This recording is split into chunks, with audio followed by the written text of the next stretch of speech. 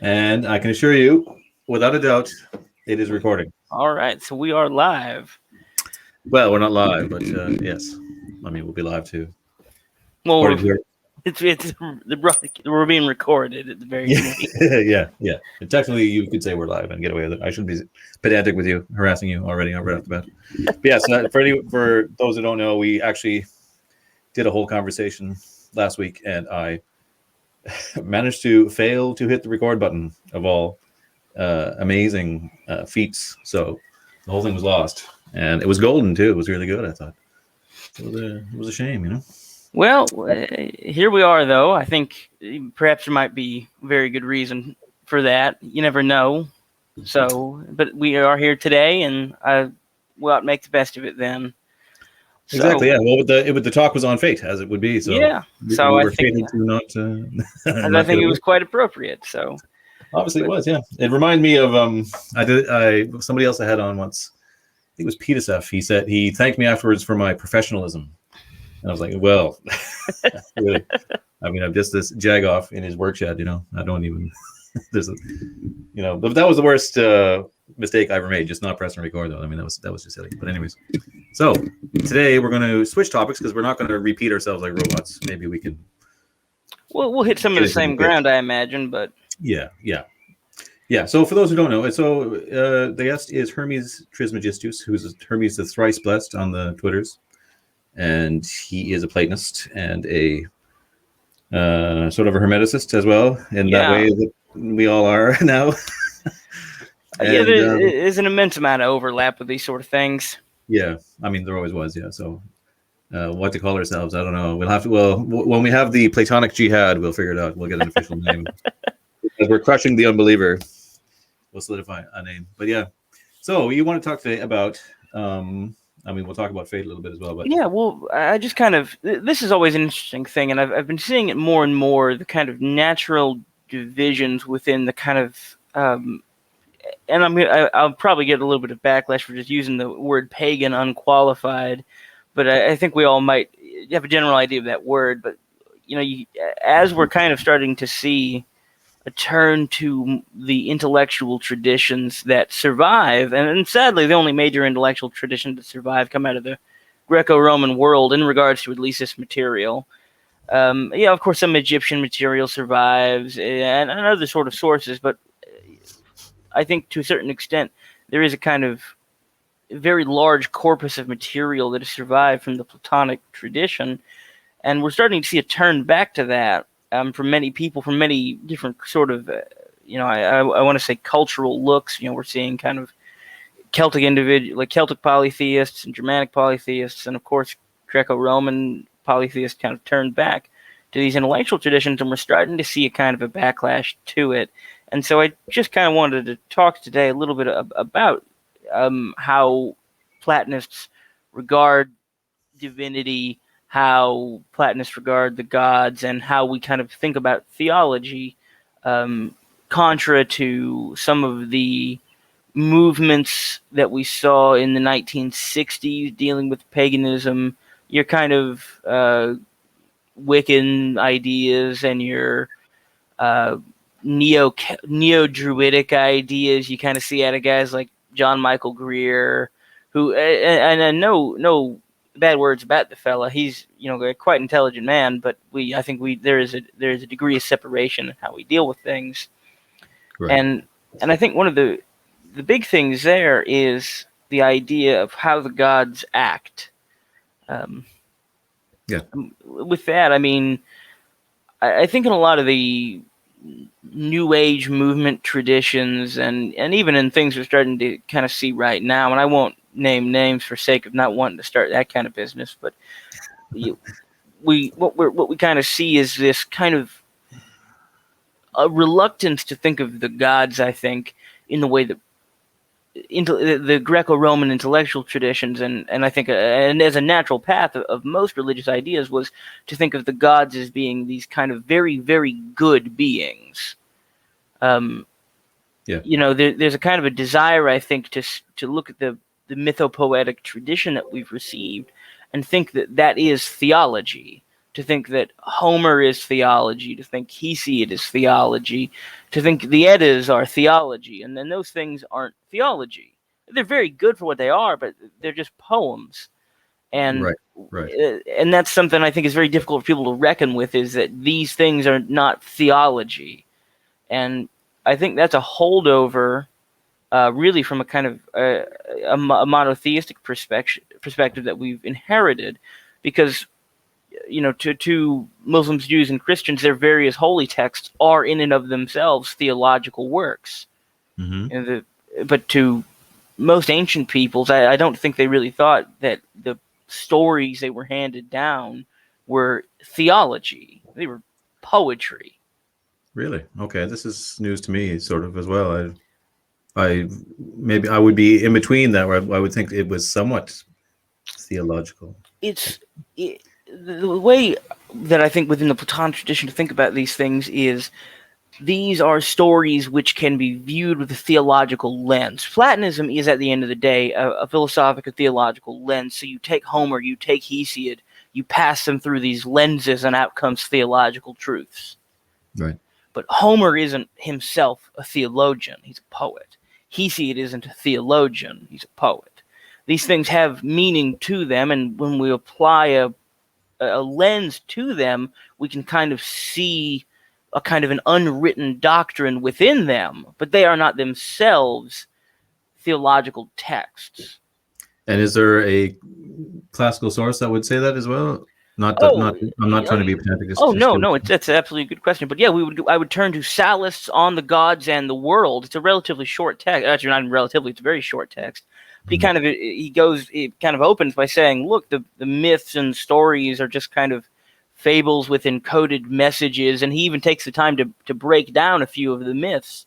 Plotinus does this, where I was reading today, he breaks down the myth of Hercules freeing Prometheus and kind of what this means. And the reason these are not themselves theological texts is because really within the Platonic tradition, you wouldn't think of these texts as you wouldn't think of the works of Hesiod as a literal series of events which had just happened.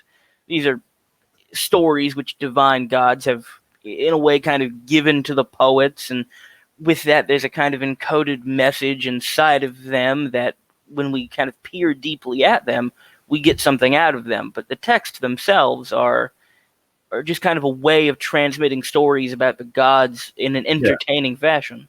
Yeah, I would have sort of thought that, I guess, as well. But I think even a lot of Christians would say that about the myths of the Bible, that it's, and in both cases there was like either possible real events, heroic events or otherwise, and they were expounded upon or maybe altered over time slightly with a core message that you try to survive in the future generations, which is more or less just what you said. But I would have thought that was a part of all most religious myths would be thought of today a little bit that way too. Well, so that's your response to the difference, the argumentation going on in paganism.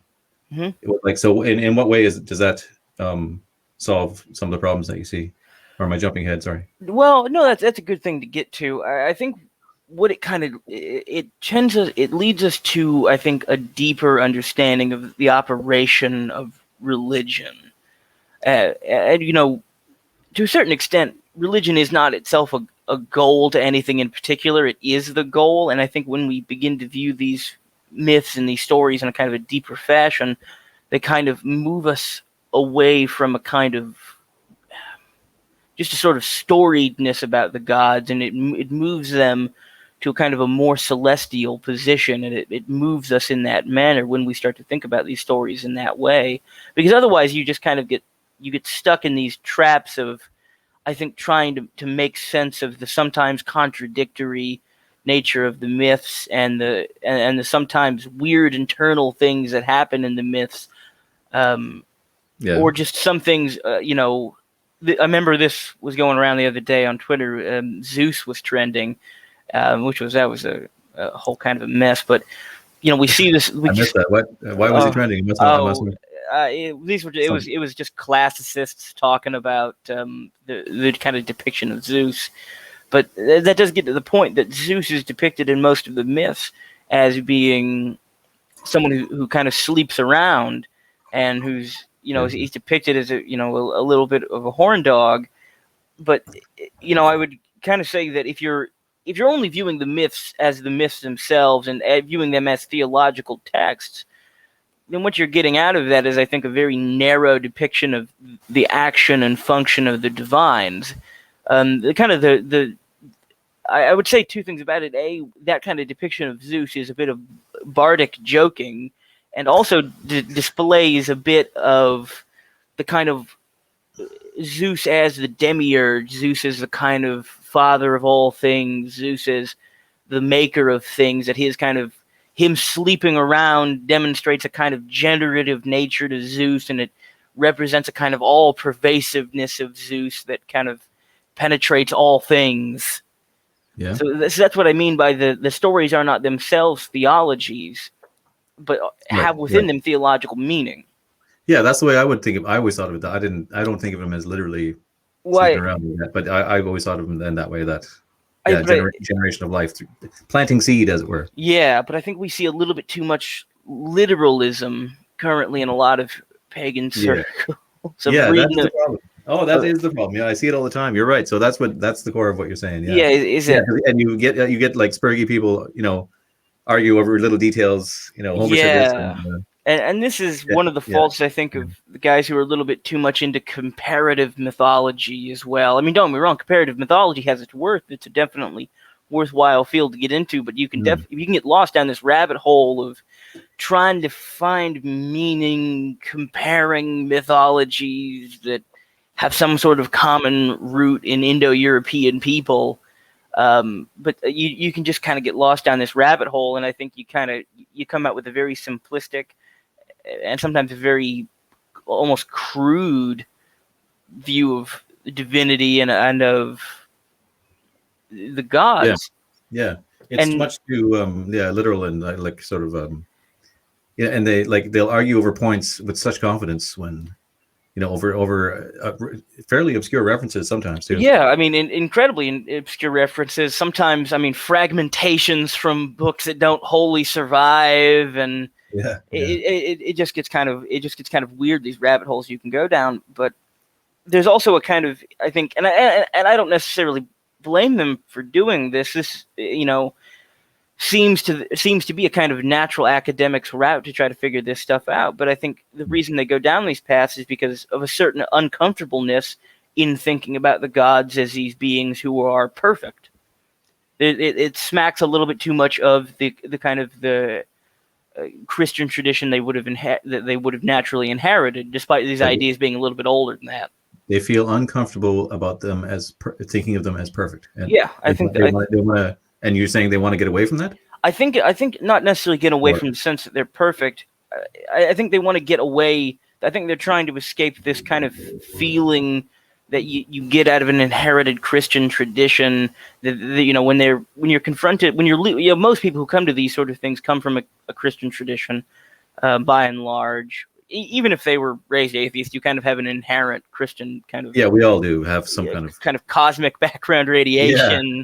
Yeah, moral background and stuff. Yeah. So I think when I present divinity as these beings who are self-sufficient, who are perfect, who are, and this is a finicky word, but for all the Platonists watching, they are good. And I know we can argue about that term, but they are in the sense perfectly good. They do no evil. They have a kind of inherent love for kind of creation, and that they went down through this process of creation out of a sense of love. And that all, I think, can sometimes smack a little bit too much of that kind of Christian tradition that in a lot of senses people are trying to escape from. And so I think there's a kind of uncomfortableness with that. Right. Yeah. Okay. Yeah, I'm like, even myself, I do think that more or less, but I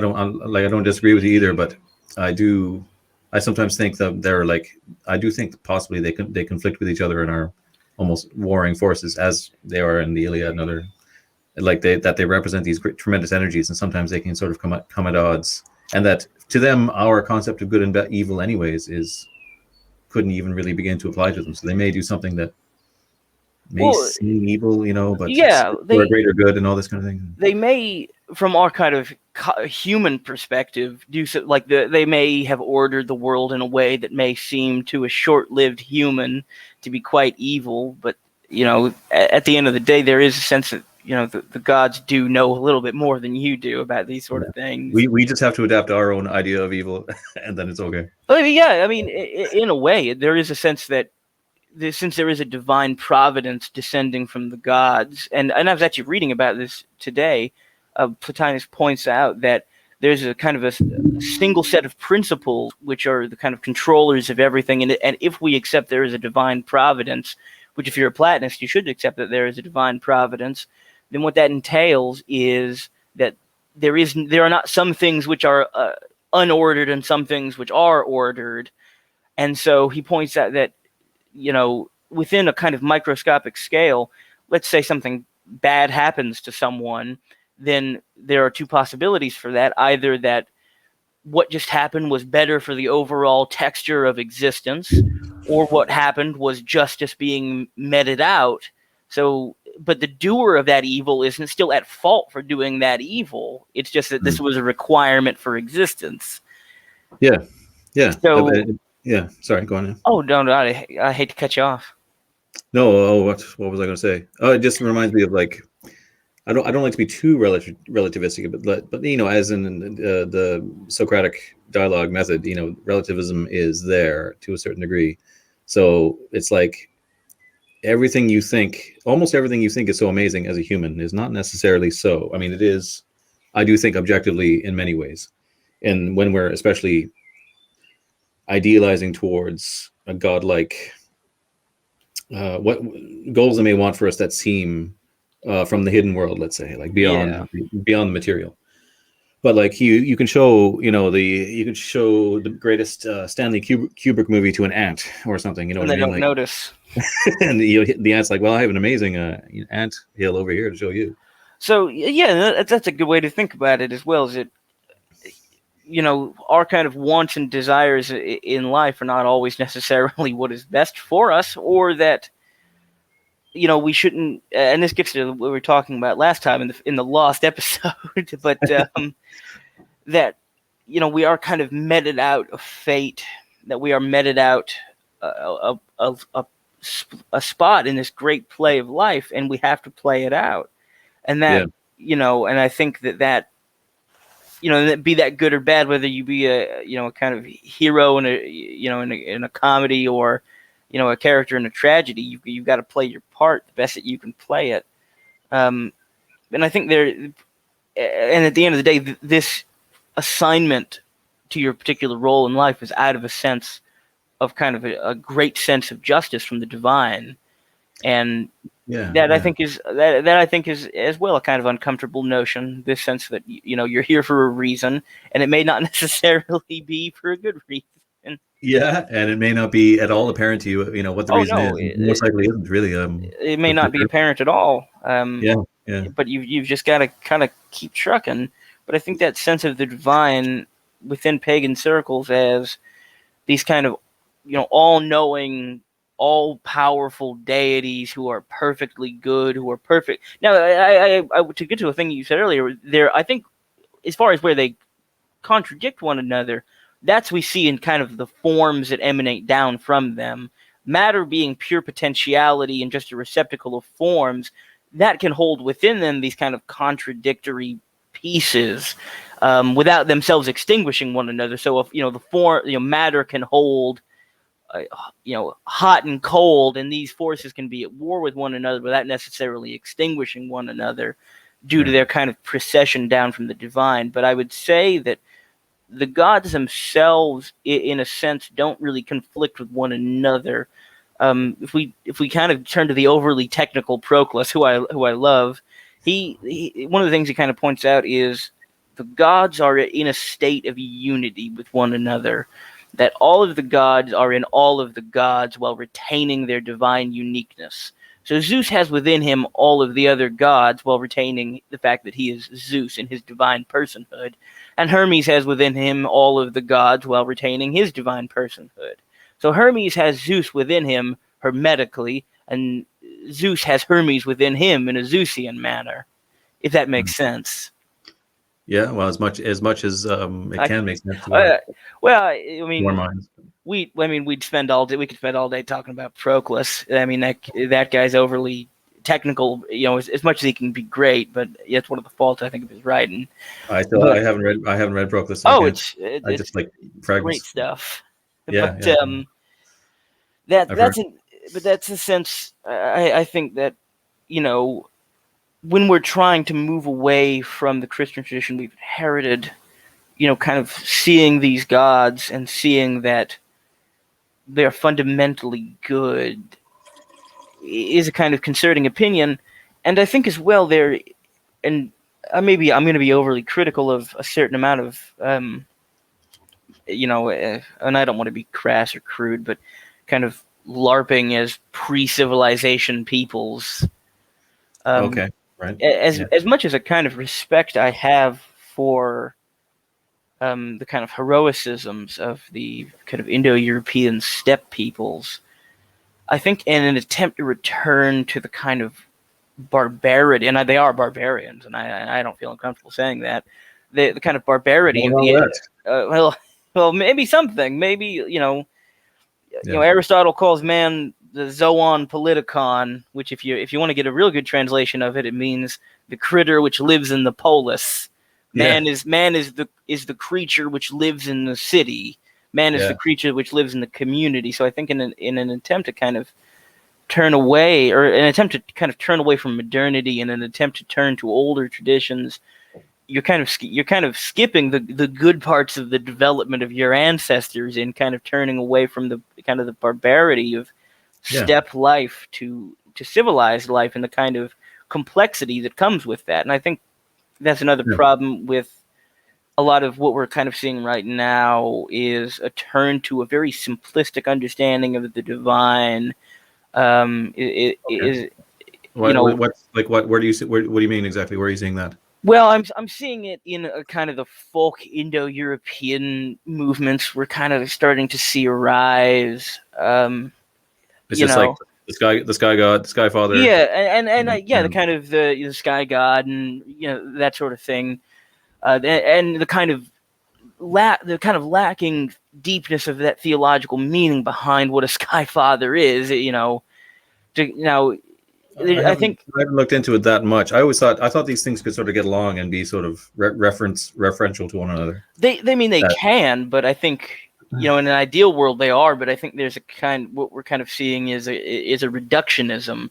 We're kind of seeing an attempt to go, no, this is the original system. All other developments after this original system are kind of degenerations of the original system. What writings are they going to base this on? What's you know, they don't have the complex writings of. Well, depending on who you ask, they think that the Hindu Vedas and the Eddas are these kind of original texts which you can use to kind of turn back to holy. And I'm not necessarily. I admit some lacking in my own intellectual field in that department, but I don't know if I 100% buy that. It would be more the Hindu than the Eddas, I would think. Anyways, first of all, as far as legitimate. As far as legitimate Proto-Indo-European and Indo-European texts, but I mean, that's probably a bit too weird for them. They have to have something. But I think even in those departments, I think we kind of get back to the sense that these things aren't theology. These things are poems which ought to have been passed through theological lenses to make sense of them. Yeah, that's what I think. I think everything kind of all we can do is collect everything we can that resonates with us and seems to make sense, and try to either piece it together some sort of, or I know it sounds lame to sort of cherry pick what you want or don't want. I mean, that's the risk as well, but I think we have no choice but to do things intuitively. Yeah, and intuition for this kind of thing, and don't get pedantic about what this or that says. But all these things together somehow, even though they don't, they conflict a little bit. I don't know. Yeah. Well, I mean, there is a going to be some sense of natural confliction, because peoples are going. I mean, we could say, what is the point of these myths? Well, they're to pass around stories about the gods and to kind of preserve inherent truths about the gods in an inherently entertaining manner that can be remembered and told, but they're going to be, to some sense, unique to the peoples who get them. There's a reason the Eddas are the way they are. There's a reason the Greco-Roman myths are the way they are. There's a reason the Vedas are the way they are. These are stories that are meant to be appealing to the culture which is going to receive them. They carry an inherent truth in them, so whatever contradictions I think might arise out of them are really a result of these stories needing to make sense and needing to be entertaining to the kind of local culture which is going to arrive at them. And then, of course, we have the natural problem of some amount of drift in stories and intentional retellings of stories. Like according to what you're saying, we should avoid trying to be super pure as well, as in obviously the gods want change and they want conflict as needed, and a certain amount of winning of some ideas over others. Yeah, and that's the nature of change, is for things to alter in bizarre ways. That I think the desire for things to not be changing is an entirely natural one. I mean, within the Platonic, you want a core eternal belief or sort of eternal principles, which I think Plato hits on the most. Accurately. It brings you back to these kind of inherent truths. Yeah, but there is a change, and it changes inexplicably, and that seems part of their plan too. I don't see any way around that. No, there isn't, because I mean, we exist within time. We exist within the flow of time. We have past and we have present and we have future. It is natural that we are going to arrive at new truths. We are going to arrive at new information. We're going to through kind of the divine providence which has been set before us, things are going to change. I mean, if we were meant to have been Proto-Indo-European peoples and meant to be horse nomads our whole lives, we would have been. We'd have never developed civilization, but civilization did develop. And if we do believe that there is a divine providence at play and that there are gods at play which are kind of all-knowing and all-powerful and who are kind of the beginnings of all chains of emanations, then we have to accept that there is an intentional development to the world and to the way we do things and to the complexity of the world. Yeah, and I'm sure all those other traditions had some sort of scholars maybe I'm certain. Not as amazing, but as comparable to Plato and it's not even. I mean, obviously the Hindus do. I should, but I don't really know who I could say for reference. But, well, their tradition, I understand, is quite difficult to get into. There's not a great deal of translations out here for us English-speaking folk. So unless you're willing to tell me about some guy. They always reference some guy, but he was a bit of a Machiavellian type guy, and I don't remember his name. He seems quite popular, but I'm digressing from my overall. I was also going to say, so the Greeks had also, horse culture was huge. Mm-hmm. Hector, tamer of horses, the whole, and they were fairly barbaric in their way as well. I mean, Socrates himself would have gone naked into battle, in his youth, and like a raving lunatic, of course, like a Pict before Hadrian's Wall or whatever. But there is a sense that there was civilization developing. There was kind of complexity of these systems developing. There was a kind of a move away. And when I say barbarianism, you can be an entirely civilized person, I think, and go naked into battle in the woad. That doesn't stop you, I think, from being civilized. To be civilized, I think, means to live in the city and to engage in, kind of society with people. It doesn't mean this or that particular way of doing things. But to move maybe from the kind of purest ideas of paganism we've seen arising, and I will be more than willing to be critical of this. One of the things that I think Platonism is very good against are these kind of pseudo-atheist pagans we see. And I'm sure you've seen that. Yeah, that's really weird. And those are a group of people I feel entirely comfortable criticizing. Yeah, that's good. Yeah, and so Platonism is the best just because I would say because it reasons. It's not like believe or else, or it's I found this Joseph Smith golden tablets in the ground or whatever it is. Yeah. It's reason. It's reason from start to finish. It's like, look, this is. I've observed the world, and I have this to say about it, and it's not. It's very reasonable. Yeah, that's one of the inherent powers of it, is that there isn't any faith within the system. What there is a sense that all things can be arrived at through reasoning. that if we just apply our intellective powers to things, we can arrive at the total sum of truth, as long as we fully focus on that. And that's one of the inherent powers of it, is to go, look, I can talk you through everything I believe. And that's something I don't think a lot of religious traditions really have, is the ability to go, look, I have a complete system. I can talk you through this. Yeah. You know, there's that's what I see from the really smart guys from the other, how do I say it, resurgent faiths or whatever, is they do recognize and understand, like, regardless of, you know, wanting to be more in tune with your own ancestral beliefs and so forth, that for whatever reason, let's say the gods and providence, it was the Greek and the Roman texts which survived so well intact into now. And we don't have the same from some of the other ones. So, you know, you and I aren't, I don't think you are Italian or Greek. I'm not. So, you know, we just read these things and have profound respect and realize there's something there that explains a bit more deeply.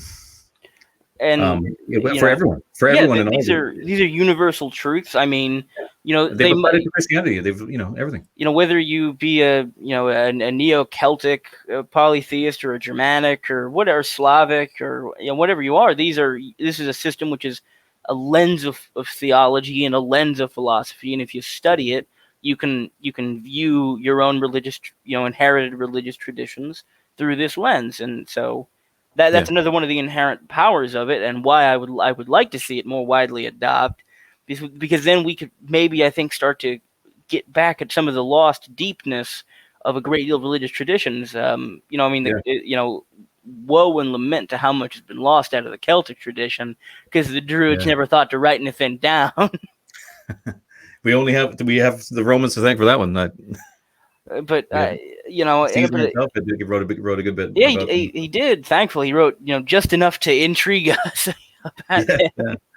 Well, we have the myths, and like I have a friend here who's he's a great folklorist, and he was telling me about some of them.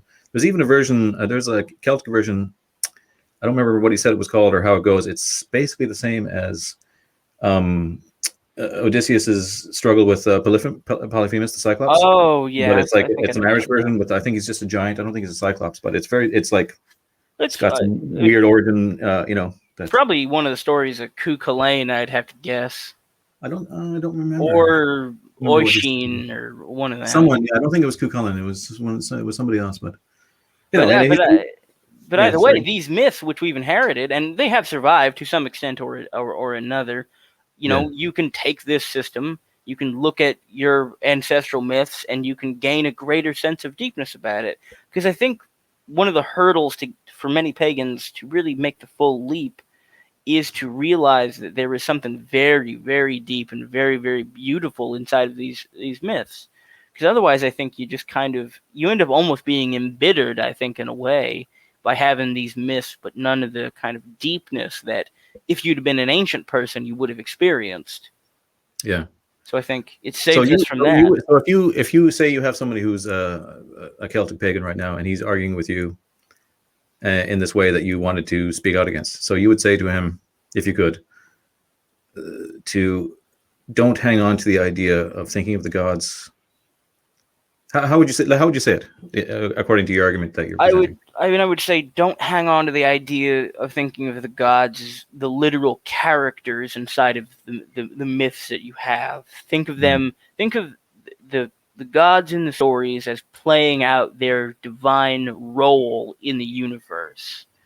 So, you know, I would say look at it, you know, in that way. What actions are the gods taking? What are they doing? How are they interacting with other gods? How are they interacting with great heroes? How are they interacting with lesser gods or spirits?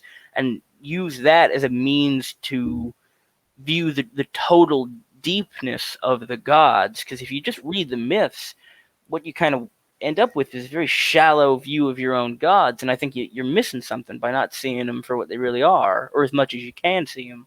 Yeah, and it was just simply fate and providence that we have so much of all the faiths in record. It's just that we have the Greek and Roman in abundance, and even then, not a great deal survived. No, that's true. Yeah, So I but I mean, mean, compared it's to the others, compared to the North, yeah, compared to the and, others, there is a great deal, but even then, there is still so much lost. And yeah, to take heart in the fact, I always point this out, as far as we can tell, the entirety of Plato has survived, and there's probably a reason for that. If you are any kind of believer in fate, if I tell you that an ancient text written 2,000 some odd years ago managed to survive in its entirety to today, yeah. that should probably tell you something, I think. That should tell you something. I used to even say as a now this sounds cruel, and I don't mean to mock Christians. Never do I mean to do any such thing. But I used to say to somebody, this was my test. I was saying, so you picture you're in a bizarre apocalyptic situation, and you can only save one book for posterity for the future, and your choice is the Bible or Plato's Republic. Or that wasn't always my comparison, but Yeah. and it was like, which one? If they've read both, even if they're an honest Christian, like which one actually has like vital civilizational information, and if you really think about it, like Yeah. And that even for me when I thought about it, I was like, yeah, I can't. You hang on to the Bible if you're feeling superstitious and fearful, really. But I think their answer would be, though, that they would just receive it again later on down the line. Yeah, hope for another Plato through. Is that what you mean? Or receive? But I think but I think that that's kind of the ultimate thing about the Platonic system and about the Platonic view of the gods, and about kind of understanding there are all of these forces at play. And that's another thing as well. When you're only looking at the myths, you really don't get a very broad metaphysical sense. Homer doesn't really explain how after Zeus defeating the Titans, he made the world. He really doesn't explain what that, or not Homer, I'm sorry, Hesiod. Right. They really don't explain these kind of actions, and there's a reason for that, because I think that you're meant to kind of go, oh, okay, well, this means this, right? Yeah. Zeus defeating the Titans is him coming to be is denoting him as the kind of king of all things. Yeah, I always think of the Iliad as a lesson in. It's got great lessons in like how to die. Yeah, the importance of the Iliad. Yeah, the importance of courage is throughout that book. Yeah, even when things go badly, and then tragically, it's like there's no question. It is paramount. It's gonna happen. Even I'm not just saying that means we have to die in battle or something. I mean, even if you're gonna dying die of cancer or dying any old way, die heroically. The best thing to do is laugh in the face. Is to just have courage, right, from start to finish, and sort of if you have the kind of faith that it gives you isn't hinged upon a kind of hope. How do I say this? I mean, I would just say that the fate you've been given is much greater than anything you can't wrestle it down, really.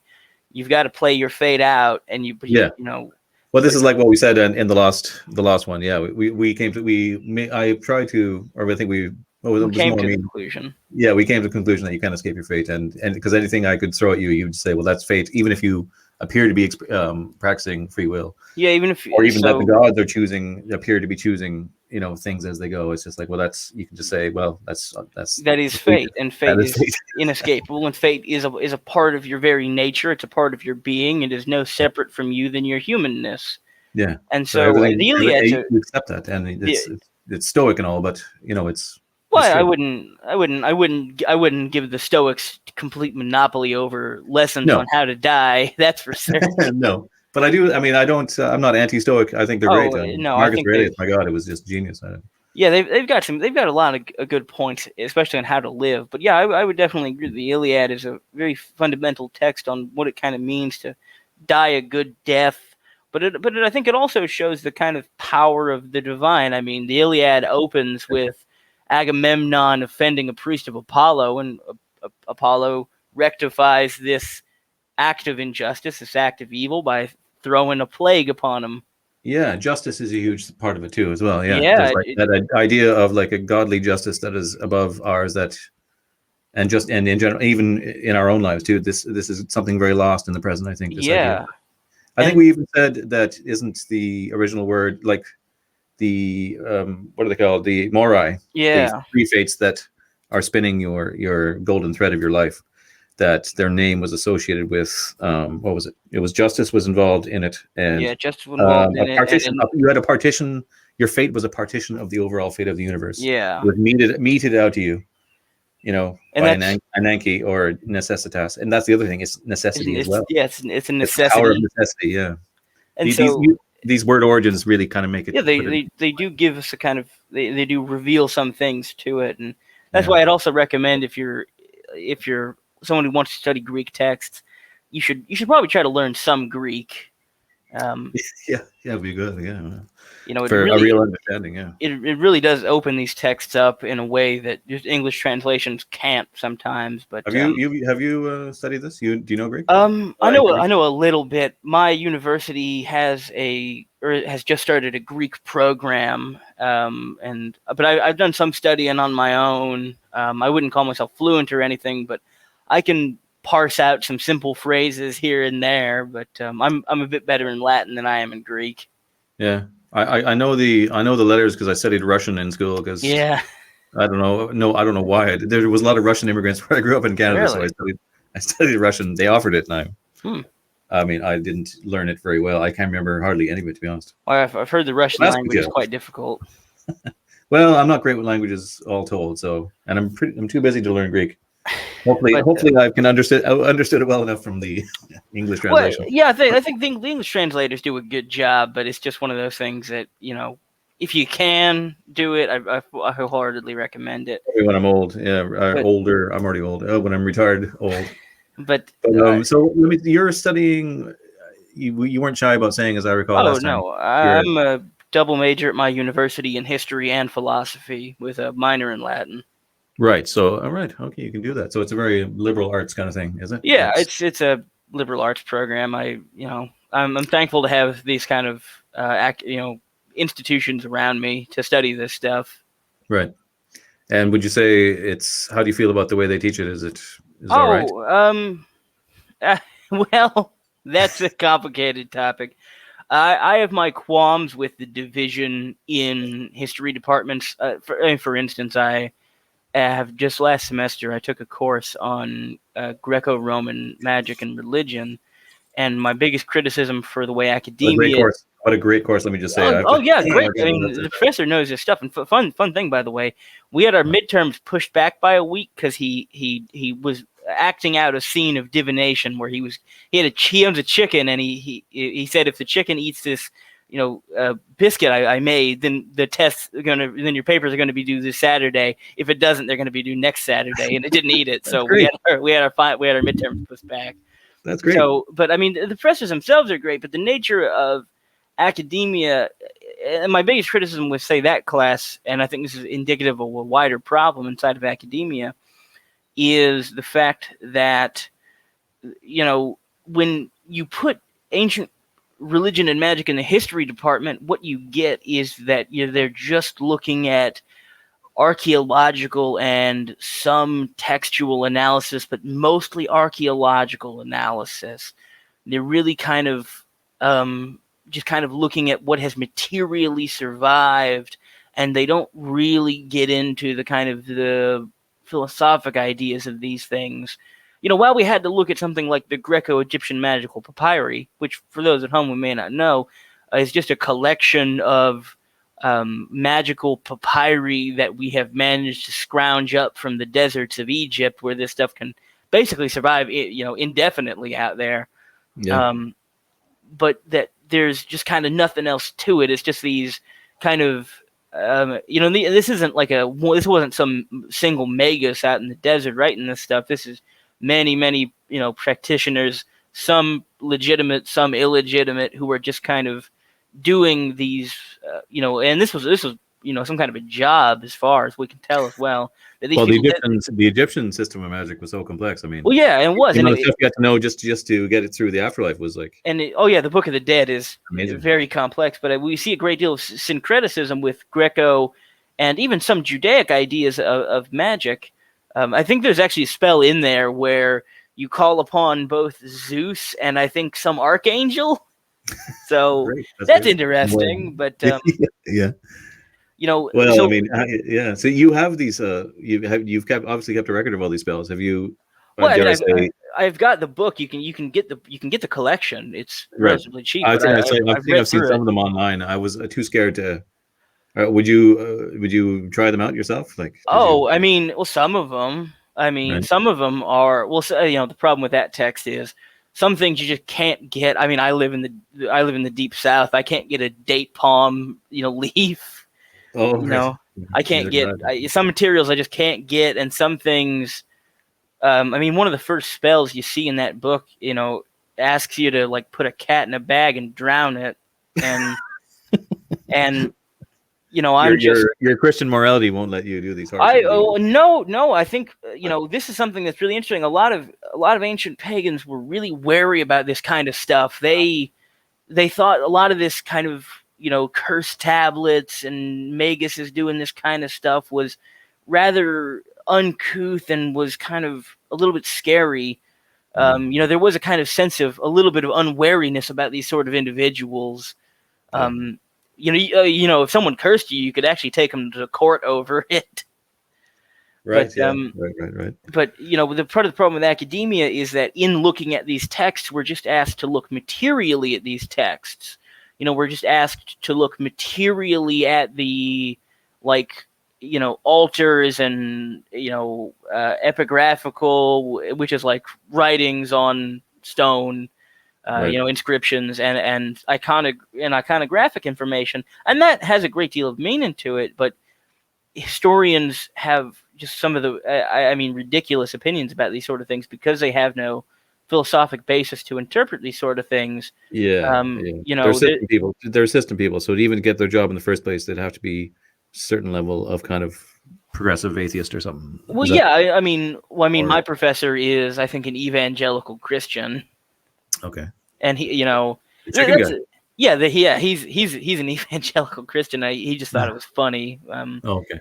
But that's sort of the problem as well, for even from a pure academic standard of not having any kind of philosophic basis for interpreting these things, is you get all kinds of weird takes coming out of this sort of stuff. I mean, one of the books we had to read for the course posited that if there weren't altars to things, then that must have meant they didn't really think it was a deity, or they didn't really think it was a spirit or anything. It was just kind of, If there weren't altars in the yeah, like we see kind of these talks about like the fates. You wouldn't have found an altar or a temple to the fates, really.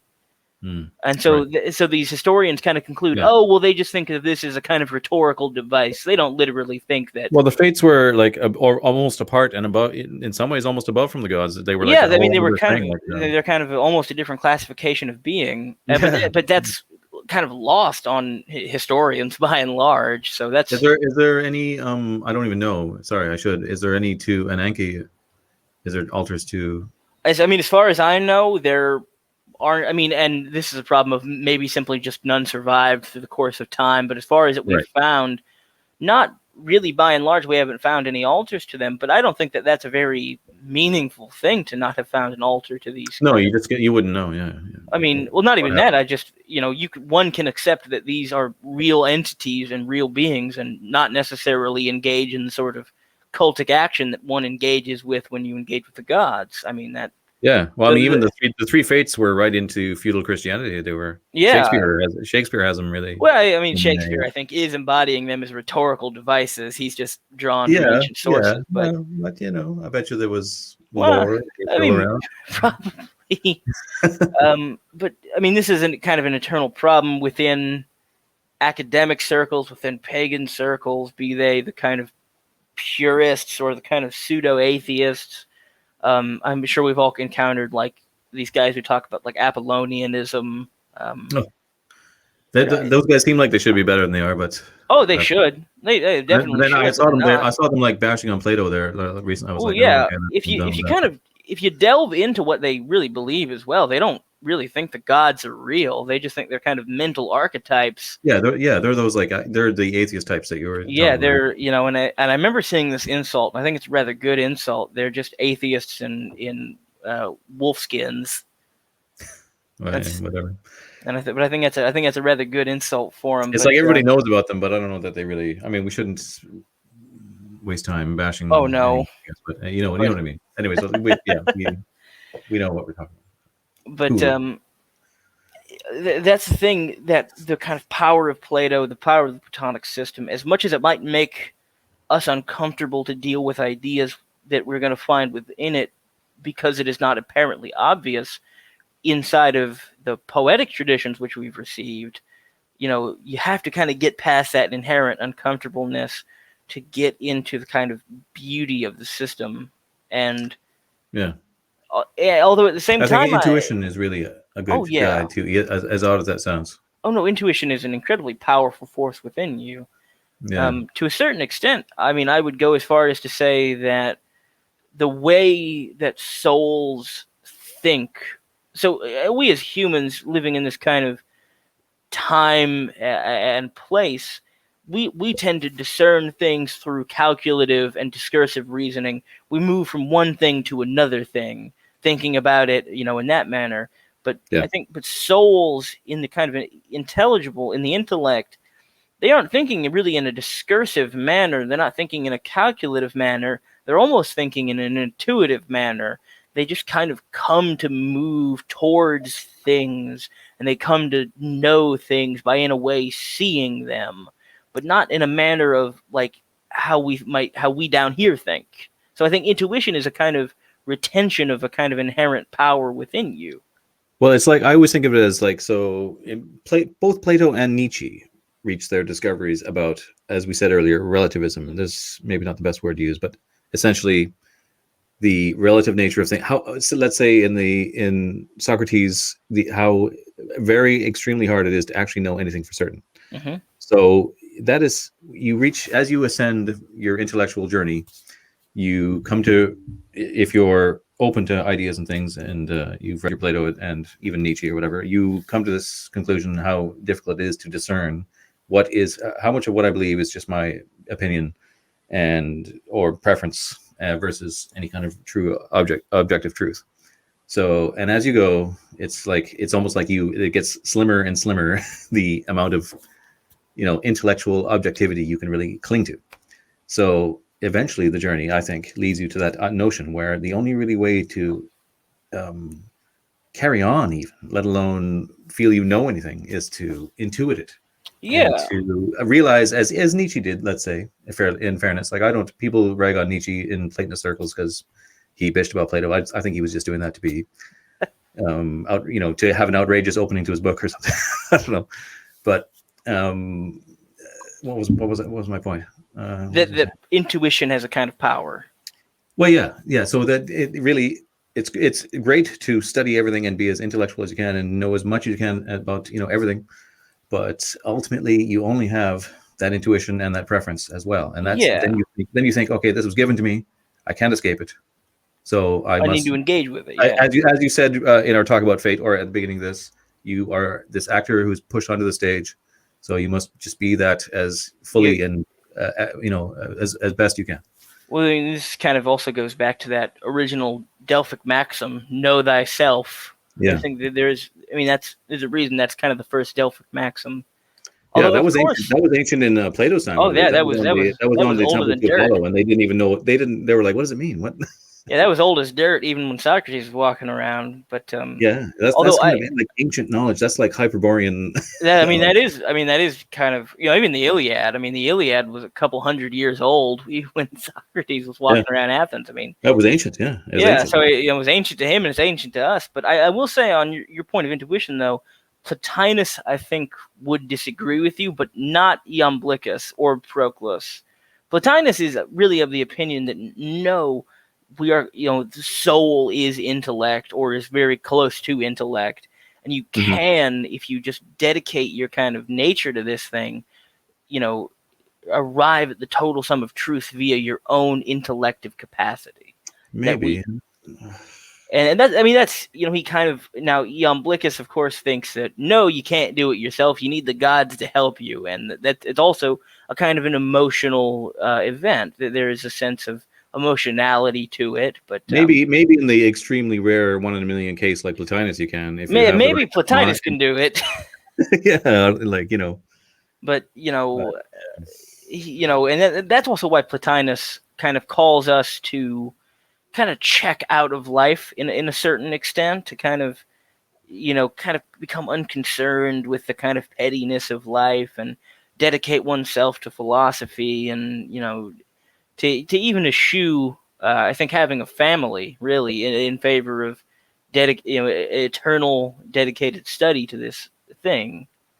Although, of course, famously, he did run an orphanage, so he doesn't call you to kind of not be participant in your community, but to just kind of always be thinking about this stuff, or every day, always be just thinking about it. constantly. Yeah. Maybe if you're of his type and you can, Maybe if you can do that, that's fine. But I'd always encourage everybody to have a family, anyways. Oh yeah, yeah, but to a certain extent, I think that's also the power of the various philosophers within the Neoplatonic tradition.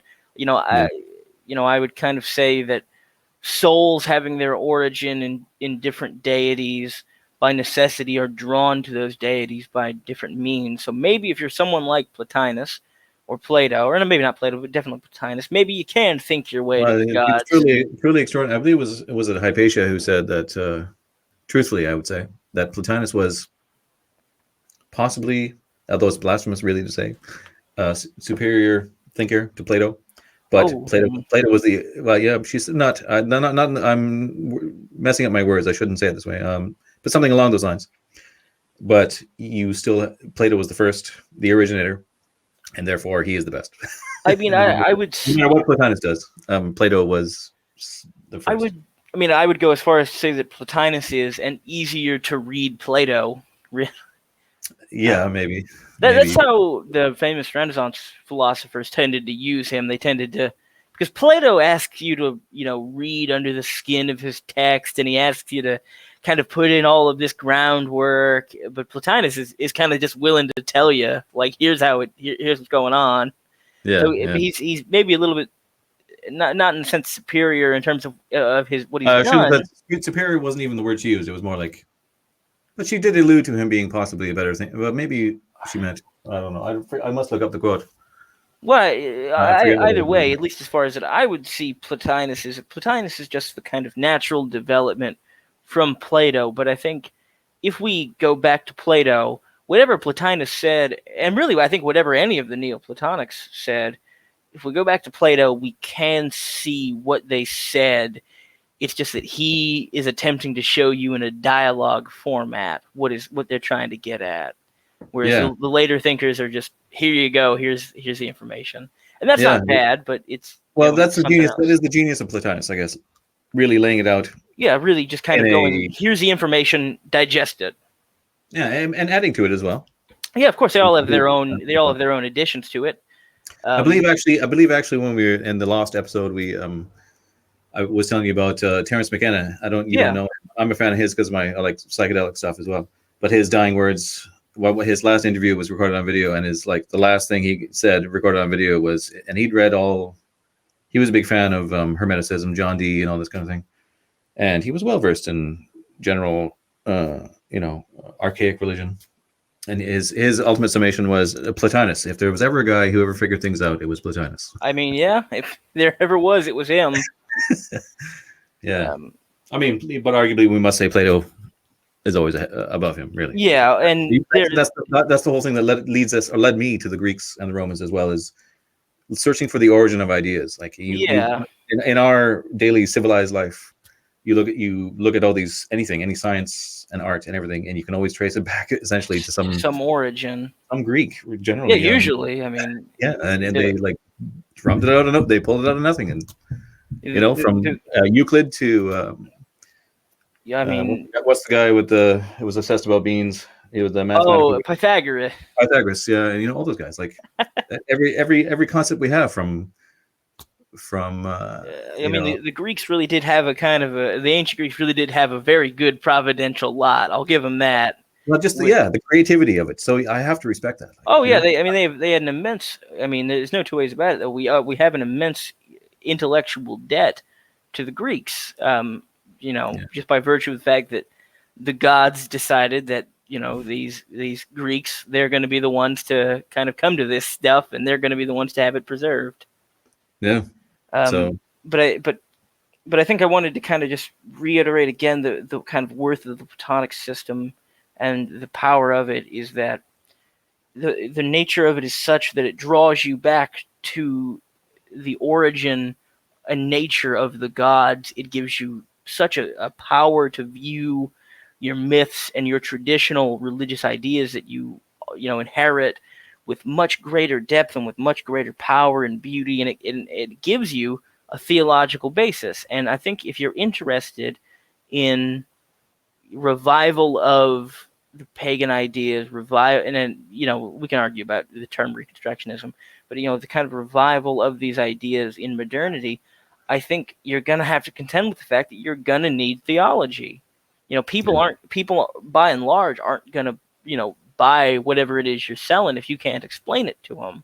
If you want people to start worshiping, kind of the old systems again and engaging in the old systems, you have to give them a reason to do it, and you have to give them some kind of intellective system that they can abide by, because just telling them to go read like the Ulster Cycle or the Iliad or anything like that, they're going to find it wanting, especially unless it's the Jihad and we just put them to the boot. Of course, yeah. Assuming that if Alexander the Great comes back and blesses us, he'll take care of it. But we'll tear down all the shopping malls and they'll become gymnasiums with sculptures of Hercules all around. Of course, that's But until Alexander comes back, we gotta go by this method, and I think it's a very good system that we have, and I think it's a very beautiful system, and I think we just kind of have to push through a certain amount of uncomfortableness that we find in it sometimes when we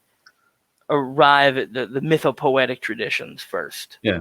Well, there's always going to be problems and conflicts, but that's the nature of things, and the way. If anything, that's essential to it. It makes us stronger. Conflict, intergroup conflict, makes us anti-fragile. It allows us to argue our points, and on the point of argument, though, I'll always say, don't bother arguing this stuff with someone who's unwilling to listen. There's no point.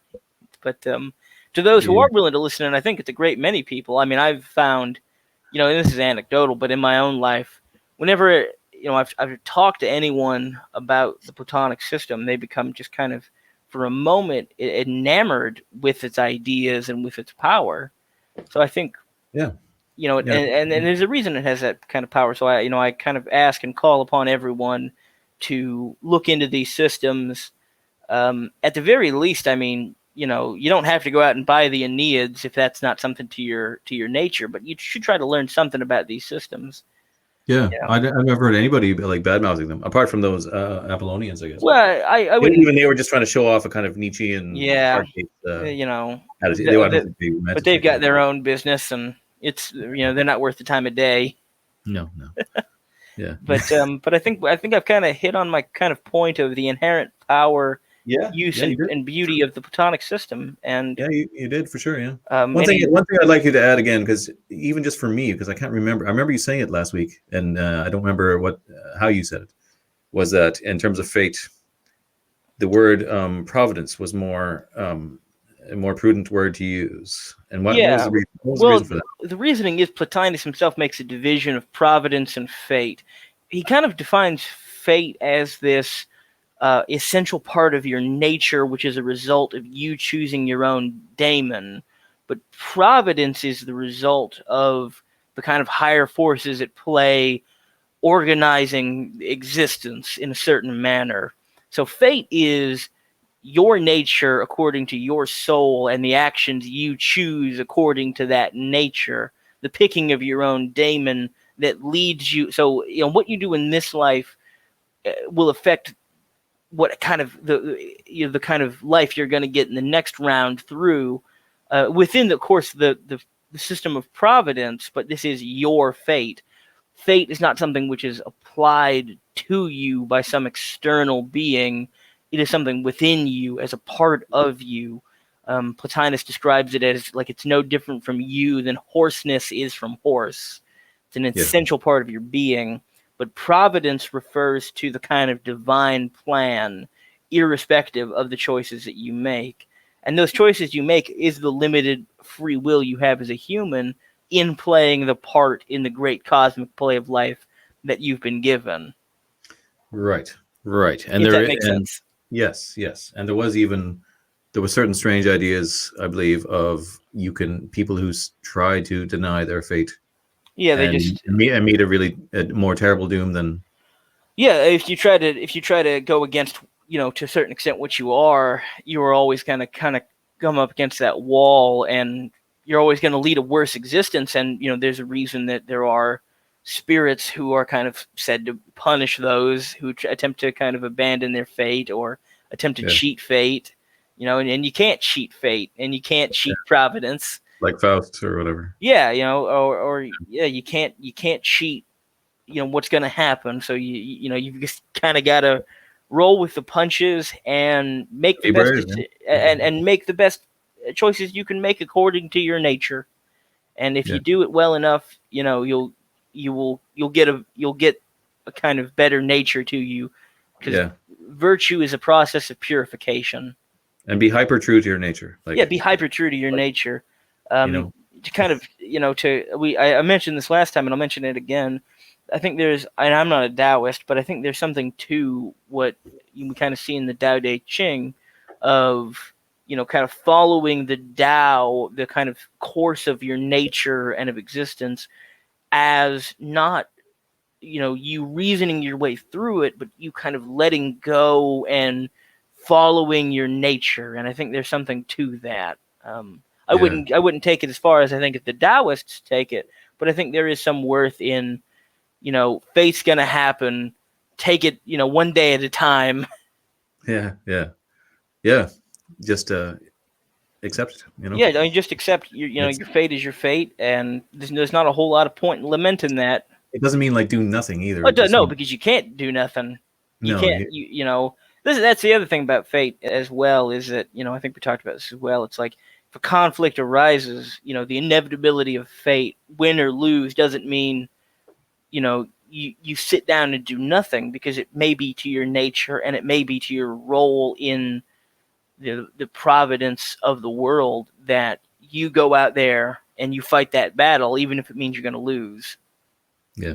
So, but I mean, it's not like you weren't going to die. But not like you're going to die. You're not going to die anyways. But I mean, that gets us back to even to reiterate my kind of starting point. That gets us back to the kind of the divine nature of the gods, of them having organized all of the things in existence for a particular reason, and for every life that you live, this one, the last one, and the next one to come is there for a particular reason that the gods have given to you, so that you can learn something. And it's probably not even a reason you will ever actually. No, it's not. You'll sense you as we said, you sense your role as it's meant to be performed. Yeah, but maybe the ultimate reason was one day that you cleared the dishes away by a certain time, and for all that matters, for all I don't know. I mean, but you probably won't know until your death comes and you're back in the kind of the in between, and even then, we don't know. Probably just move on. But I think we've hit a very good point here, and if there's no kind of closing thoughts, I will thank you for your time, and I'll thank everybody's time at home. Thank you for listening, and I wish you all a good morning, a good night, or a good evening, wherever you are. Thank you for having me on, sir. Yeah, thank you. Thanks for coming, and talk to you later.